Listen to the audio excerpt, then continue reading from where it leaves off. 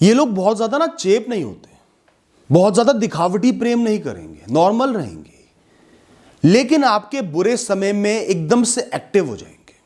आप इन्हें साथ खड़ा पाओगे, चाहे कितना ही अपना जरूरी काम छोड़ के इनको आपके साथ आना पड़े, बड़ी से बड़ी मदद कर देंगे।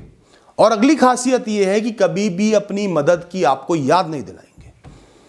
कितनी बड़ी मदद करी हो कभी भी याद नहीं दिलाएंगे, बहुत नॉर्मल रहेंगे, करके भूल गए, कुछ एक्सपेक्ट ही नहीं कर रहे। उनका भी बुरा समय आया, आपसे पूछ ही नहीं रहे, आप खुद आगे तो आगे, पूछ ही नहीं रहे। ये नहीं कि मैंने तेरी उस समय मदद की थी, तूने नहीं की, तू इतनी मदद कर, कुछ नहीं। वो फ्री है, आपके बुरे समय में खड़े रहकर मदद कर कर फ्री है, कोई एहसान नहीं दिखाते। वो तुमसे प्रेम करते हैं, तुम्हारी परवाह करते हैं, बहुत ज्यादा दिखाते भी ना हो।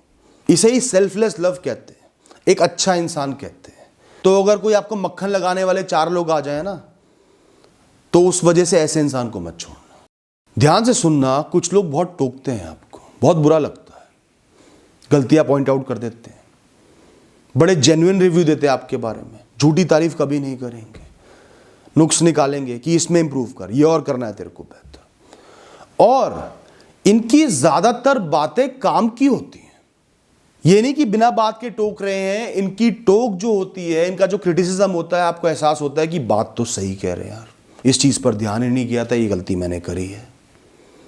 तो जिस इंसान की टोक बार बार आपको सूट कर रही हो, बेहतर बनने में मदद कर रही हो, कुछ सिखा रही हो, कुछ एहसास दिला रही हो, ऐसे इंसान को अपने नजदीक रखना बहुत जरूरी है दोस्तों। वही आपको सही राह दिखा रहे हैं, ईश्वर के निमित्त है, प्रकृति के निमित्त है सही राह दिखाने के लिए। इनका बुरा मानना बिल्कुल बंद कर दो, इनको सिर्फ प्रोग्रेस के लिए देखो, खुद को रोकने के लिए मत देखो कि ये मुझे रोक रहे हैं या मेरे बस की नहीं है या मैं कम हूं। इनकी बातों से मुझे क्या सीखना है, कैसे बेहतर बनना है, कैसे आगे बढ़ना है। दोस्तों, निंदा और बेइज्जती का फर्क समझो। एक इंसान होता है सिर्फ टोकता है, सिर्फ जलील करता है, एहसास दिलाता है कि तुम्हारे बस की नहीं है, तू नहीं कर सकता, तू रहने दे। और एक इंसान होता है वो चाहता है कि आप आगे बढ़ो, तू इस चीज पे और काम कर, बढ़िया काम कर रहा है मैं मान रहा हूं, पर इस चीज पे और काम कर, अभी जरूरत है, भी परफेक्ट नहीं है तू। इन दोनों बातों में फर्क समझो दोस्तों। सुझाव देने में और हतोत्साहित करने में फर्क समझो दोस्तों। ये तुम्हारी इमारत को मजबूत कर रहे हैं, तराई कर रहे हैं, ईंटें सही लगवा रहे हैं। कई लोग ऐसे होते हैं, पता नहीं हमारी आत्मा का उनकी आत्मा से क्या मिलन होता है, क्या जुड़ाव होता है, क्या पुराना संबंध है, उनके होने से हमें सुकून मिल जाता है। उनकी प्रेजेंस ऐसी होती है जैसे मां का आंचल है, बस वो आके खड़े हो गए, आप अपने आप स्ट्रांग हो जाओगे। वो चुप भी रहे, कुछ बोले भी ना, कुछ मदद भी ना करे, बस वो खड़े हैं, आपको सुकून है।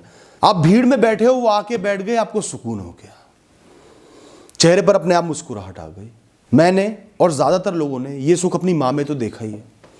लेकिन ध्यान देना, कुछ लोग जीवन में ऐसे आएंगे, चाहे वो दोस्त हो, कोई रिश्तेदार हो, कोई कलीग हो, उनकी प्रेजेंस, उनकी वाइब्स बहुत पॉजिटिव होंगी।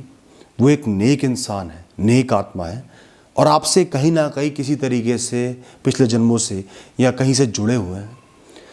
ऐसे लोगों से दोस्ती बनाकर रखना, सिर्फ मतलब की यारी मत करना कि फैसिलिटी मिल रही है तो दोस्ती है, बस दोस्ती बना के रखो, साथ बनाकर रखो। ऐसे लोग गिनती में दुनिया में कम होते हैं जिनके अंदर से बहुत सारी पॉजिटिव वाइब्स आती हैं, उन पे ईश्वर का साक्षात आशीर्वाद होता है। तो किसी भी मीडियम से उनसे कनेक्टेड रहो।